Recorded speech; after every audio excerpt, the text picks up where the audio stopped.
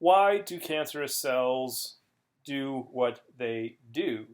Um, well, as it turns out, cells normally will not grow and divide unless they receive a molecular signal telling them that it's time to divide. During that G1 phase of interphase, there is a check that if it's not passed, if that molecular signal is not received, the cell will not divide. It's not until you get enough of that molecular signal present, received by the cell, that it will start to replicate the DNA. So that's like a go factor. It's kind of like an accelerator on a car. So that's one thing that cancerous cells lack. A second thing is that cells also have something that's like a break or a stop factor. There are proteins that in the cell tell the cell, no, it's not time to divide. We're not ready yet. Everything is not in order. The DNA is not, the DNA might be damaged or something like that. So there's actually a protein that acts like a chemical brake that tells the cell, do not divide. So there's a gas pedal and there's a brake pedal, and cancerous cells ignore both of them. They just kind of, it's like they've got the accelerator glued to the floor. They just go, go, go. Cells also, in order to prevent this, there's another check called apoptosis. And apoptosis has been called programmed cell death or cell suicide, which might sound terrible, but it's really another sort of check on the system that when cells become older, they're not as well functional, that there's actually a process for dismantling the cells so that the parts can be reused. Those biological molecules that are so difficult to come by, that need energy to produce, can be recycled. There's a whole procedure for that, and it's called apoptosis. And cancer cells can avoid apoptosis, which would lead to them essentially destroying themselves. A fourth thing is unlimited cell division. So normal cells can only divide in our body about 60 times once a certain enzyme called telomerase is shut off. But this enzyme, it kind of works like a molecular clock in that each time a cell divides, a little bit of the DNA, the DNA molecules get a little bit shorter, so it's kind of more like an hourglass. But cancer cells can turn telomerase back on, so it's kind of like resetting the clock every time the cells divide.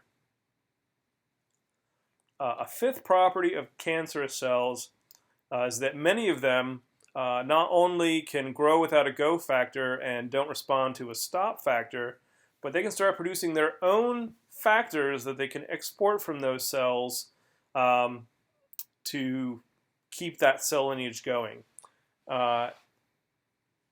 Cancerous cells, because they're dividing so much, they need a lot of resources, a lot of energy. So they have many types of cancer will go through this process called angiogenesis, which produces new blood vessels. It stimulates the growth of blood vessels into a tumor, so it will keep that tumor fed, and that can actually deprive other parts of the body of the blood that those other parts of the body need. So then the sixth property of cancerous cells is that this growth, when you have a large growth where it isn't supposed to be, is going to start impacting the tissues that are around it, which are the tissues where they should be. And that's why cancer is associated with a lot of pain, is because you're getting these nociceptors, these pain receptors that are being pressed upon by these growths. Not only will they invade the surrounding tissues, but they'll often cells will start to break off and move around the body, and they can go through this process called metastasis, where they will basically start cancers in new locations in the body, so the cancer can spread. And that's kind of the worst case scenario, is when cancer starts to spread to other parts of the body. So what are different types of cancer? Well, you may have heard these terms applied in people who have tumors, that they might be benign or they might be malignant. Benign means good or not as bad, and malignant means bad. So a benign tumor usually has a very well-defined area. It usually is surrounded by some connective tissue. We call that capsulated. Benign tumors don't grow very quickly, and they don't tend to invade other tissues, whereas malignant tumors that are likely to spread tend to be more jagged in appearance or shape. They're not capsulated, they're not surrounded, so that they seem like they're just in one spot. The cells are very fast growing, and then these malignant tumors are the ones that are likely to invade other tissues and metastasize. So if you ever go in for a biopsy, you're on a growth on your skin, for example, you're hoping that the results come out as a benign tumor rather than a malignant tumor. But cancer, as I said before, it's not really a single disease. So you may hear about researchers looking for the cure for cancer, but there's no just one magic silver bullet out there that's going to cure all types of cancer, because over 100 types of cancer have been observed, many of them actually by that fellow Dr. Virchow that I mentioned in the earliest slides in this lecture. That was one of his great discoveries, was diagnosis and treatment of cancers. But cancer usually starts in a single tissue, but it may spread to many other tissues. And each type of cancer is going to have different treatment options. So there's many types of skin cancer, liver cancer, pancreatic cancer. Even within those organs or tissues, there may be several different types of cancer that are observed and need to be treated in very different ways. Speaking of cancer treatment, this is the last objective for this first half of the Chapter 5 lecture. Historically, cancer treatments have focused on a few different options. Surgery, try to remove a tumor. And so that's frequently done. Just try and excise the tumor and leave as much of the healthy tissue while removing all of the malignant tissue as possible. Radiation therapy. Radiation can be quite damaging to DNA, and actually radiation is thought to contribute to developing cancer if you're exposed to radiation, but directed radiation therapy can actually kill the cancerous cells as well, because the DNA can be damaged, and if the DNA can be damaged to the point where the cells can no longer divide, then the cancer will be treated. It will stop. The cells will stop dividing. Chemotherapy is using chemicals to treat a cancer. And usually there's different cocktails of chemotherapy drugs that are used in combinations to sort of synergistically provide therapy for different cancers. So you may if you've known somebody who's been through chemotherapy, you know that they get what's called a cocktail of different drugs that treat different parts of the cancer. Um, just a note here, here's a couple of examples of plants that have actually proved to be the sources of very important chemotherapy drugs. Pacific yew has been used in the treatment of breast and ovarian cancer for its properties of slowing mitosis. Rosy periwinkle is another plant that provides these two alkaloids called vinblastine and vincristine that are also very important cancer drugs.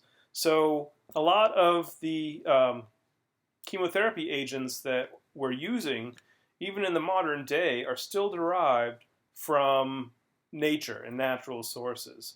So remember in the beginning of this course, I talked about how there's a crisis of biodiversity and losing species, and why should we care?